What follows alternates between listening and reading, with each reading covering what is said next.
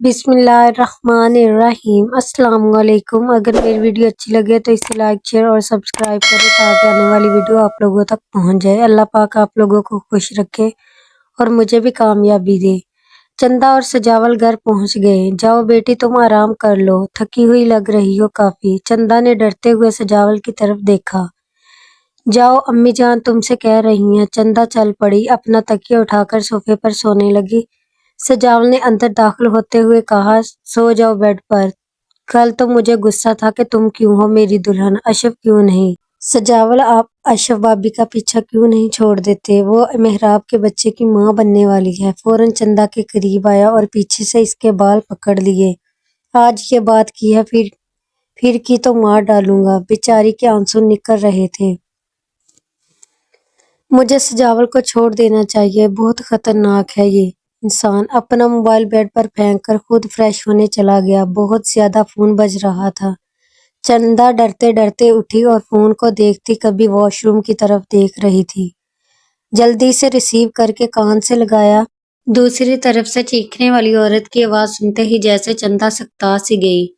निम्रा चीख कर कह रही थी, सजावल तुमने कहा था तुम मेरी जिंदगी से अशरफ को निकाल दोगे, पर अपनी शादी करके घर बसाकर घूम फिर रहे हो।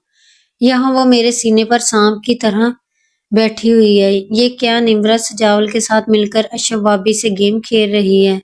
चंदा ये सोच रही थी, तो क्या सजावल सब कुछ निम्रा के कहने पर कर रहा है। चंदा का दिमाग घूम गया। ये सब क्या हो रहा है। अब मैं अशरफ को कैसे बताऊं कि असल मुजरिम निम्रा है। फोन की स्क्रीन पर हाथ मारा। जल्दी से फोन पर लॉक था। तुम क्या कर रही हो मेरे मोबाइल पर। चंदा कुछ नहीं, बेड की चादर ठीक कर रही हूँ। सजावल ठीक है, ज्यादा बातें मत बनाओ। चंदा बहुत परेशान थी। वो यही सोच रही थी मैं क्या करूं। अगले दिन सुबह चंदा ने कहा, मैं अपनी अम्मी के घर जाना चाहती हूँ सजावल। तो उसने कहा ठीक है, अशरफ के घर भी चक्कर लगा लेंगे। अशरफ अपनी अम्मी के घर होगी। मेरी बेटी आ गई। जी अम्मी जान, आओ बेटा। सजावल कैसे हो। ठीक हो अम्मी, भाभी को मिलकर आती हूँ। सजावल भी साथ खड़ा हो गया। वो किचन में है। बेटा तुम बैठो, भाभी अपना मोबाइल दे जल्दी से। क्या हुआ, सब खैर तो है ना चंदा। चंदा की भाभी ने पूछा। माँ हाँ भाभी, बुखलाहट में नंबर ही भूल गई। और चंदा आकर वापस बैठ गई। चाय पीने के बाद सजावल बोला, इजाजत लो। घर वापस जाते हुए सजावल किसी से फोन पर बात कर रहा था। अच्छा फिक्र मत करो, कुछ करता हूँ घर जाकर। लेकिन वो निम्रा को ही कह रहा था। चंदा यही सोच रही थी। घर पहुंचते ही चंदा को कहा, मैं तुम्हें कॉल मिलाकर दूंगा, तुम अशरफ से बात करना। जैसे ही अशरफ ने कॉल रिसीव की, चंदा ने अभी हेलो ही किया था कि जल्दी से मोबाइल सजावल ने पकड़ लिया और पकड़कर बाहर की तरफ चल पड़ा। कैसी हो अशरफ। मैं ठीक हूँ, चंदा से बात करवाओ मेरी। सजावल अगर चंदा से इतना ही प्यार है तो मेरी एक बात मानोगी। तुम मुझे अभी होटल में मिलने आओगी। क्या पागल हो गए हो तुम सजावल, मैं ऐसा कुछ नहीं करूंगी। चलो फिर चंदा का हाल अपनी आंखों से देख लेना वीडियो कॉल पर। तुम कुछ नहीं करोगे। चंदा को कहाँ आना है बताओ। बेचारी चंदा कितनी अच्छी है, वो फंस गई बुरे इंसान के साथ।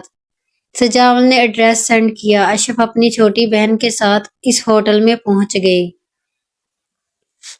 वो पहले से मौजूद था। अशरफ की बहन अलग टेबल पर बैठ गई। क्या क्या चाहते हो। और मेरा शोहर मुझसे बात तक नहीं करता। मेरी जिंदगी तबाह तो कर चुके हो सजावल। अशरफ तुम जल्द ही जल्द इस बच्चे से जान छुड़वाओ और मुझसे निकाह करो। मैं क्यों करूं सजावल तुमसे निकाह, पागल हो क्या तुम। क्यों पीछे पड़े हो मेरे, जीने दो मुझे। निम्रा मेहराब को साथ लेकर इस होटल में आ गए। मेहराब गुस्से में आकर अशरफ की तरफ जा रहा था। अच्छा तो इसलिए मेके जाने की जिद थी ताकि डेट पर आ सको। लेकिन अशरफ यही कहती रही, नहीं मैंने कुछ नहीं किया, अब आप दफा करें इस घटिया औरत को। निम्रा ने मेहराब को कहा। अशरफ ने सामने खड़े मेहराब को देखकर सर पकड़ लिया। सजावल मैं तुम्हें कभी माफ नहीं करूंगी। ये कहते हुए अशरफ उठकर चली गई। मेहराब काफी गुस्से में घर आया। निम्रा बहुत खुश थी। گھر پہنچ کر اشرف نے محراب کو کال کی کہ مجھے لے جاؤ۔ محراب چپ چاپ لینے پہنچ گیا، پر رستے میں بار بار وہ اپنے آنسو صاف کر رہا تھا۔ اشرف بولی، پلیز محراب، ایسا کچھ نہیں تھا، مجھ پر یقین کرو۔ چندا کی زندگی بہت تنگ کر رکھی ہے سجاول نے، میں تو اسے سمجھانے گئی تھی، میں نے کوئی صفائی نہیں مانگی اشرف تم سے۔ وقت گزر رہا تھا، سجاول بہت لیٹ ہو گیا۔ اب تو نمرا کا بچہ ہونے والا ہے، اب کیا ہوگا؟ سجاول ہنسنے لگا، بچہ تمہارا اور اشرف میری۔ محراب نمرا کی یہ باتیں روم کے باہر سے سن رہا تھا۔ ہاں سجاول، آئیڈیا تو اچھا ہے، کیوں تمہاری بھی تو کوئی اولاد نہیں ہے؟ اشرف کو تمہارے رستے سے ہٹاتے ہٹاتے مجھے اس سے سچے والا پیار ہو گیا ہے۔ اچھا پھر چندا کا کیا کرو گے؟ وہ اگر آزادی چاہے گی تو آزاد، ورنہ ایک کونے میں پڑی رہے گی۔ ویسے ضد کے بہت پکے ہو دونوں۔ ہنسنے لگے، بس یاد رکھنا بچہ ہونے کے بعد ایک بڑا ایشو بنانا ہے۔ فکر مت کرو، میں اشرف کو ہوٹل روم میں بلاؤں گا اور تم محراب کو دکھانے لے آنا، بس پھر طلاق۔ محراب نے یہ تمام باتیں سن لی۔ میری اشرف کتنی مشکل میں ہے اور میں اس پر یقین نہیں کر رہا۔ چندا میری بچی، اس لیے تو میں سوچتا تھا کہ چندا کیسی عورت ہے جو ابھی تک اشرف سے پیار کرتی ہے، سب کچھ جانتے ہوئے۔ اچھا سجاول، میں فون بند کرتی ہوں، محراب آنے والا ہے۔ بیوی کی خدمت کر کے محراب واپس اشرف کے روم میں چلا گیا۔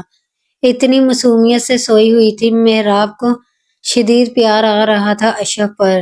قریب بیٹھ گیا، غور سے دیکھ رہا تھا۔ میری اشرف، تم کتنا کہتی رہی، میں نے تمہارا یقین نہیں کیا۔ کیسے کرتا یقین؟ مجھے آنکھوں سے تصویر کا غلط رخ دکھایا جا رہا تھا، اور میں نے کبھی سوچا بھی نہیں تھا کہ نمرا ایسی سازش کر سکتی ہے۔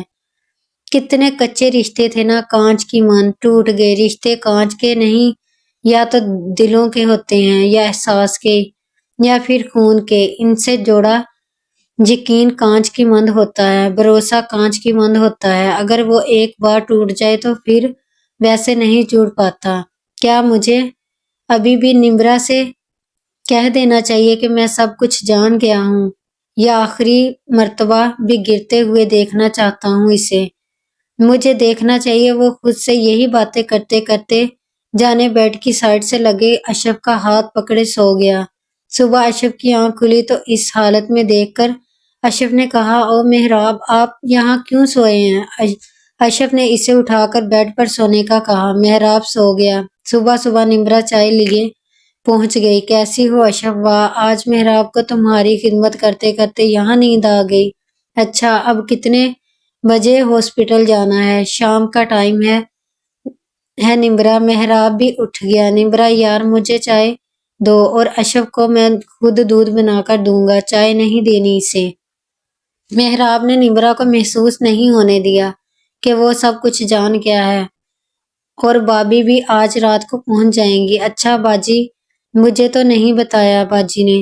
ہاں، تم مصروف اتنی ہوتی ہو، محراب نے تنزیہ کہا۔ شام کو ہاسپٹل لے گئے۔ اشرف نے بہت خوبصورت بیٹے کو جنم دیا۔ محراب بہت خوش تھا۔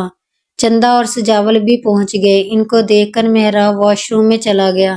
سجاول نے اشرف کے ماتھے پر ہاتھ پھیرتے ہوئے کہا، کیسی طبیعت ہے میری ہونے والی دلہن کی؟ اشرف نے ہاتھ اٹھا کر پھینکا، خبردار مجھے ہاتھ مت لگانا۔ چندا بیچاری خاموشی سے دیکھ رہی تھی، اور سجاول نے بھی دیکھ لیا۔ اچھا، تو یہ سب کچھ کر رہے تھے سجاول اور نمرا۔ بابی بھی پہنچ گئی تھی۔ نمرا بہت خوش تھی، اشرف کافی اداس تھی، اس ڈر سے کہ محراب تو مجھ پر یقین ہی نہیں کر رہا، اب کہیں مجھے چھوڑ ہی نہ دے۔ اگر میری ویڈیو اچھی لگے تو اسے لائک، شیئر اور سبسکرائب کریں، تاکہ آنے والی ویڈیو آپ لوگوں تک پہنچ جائے۔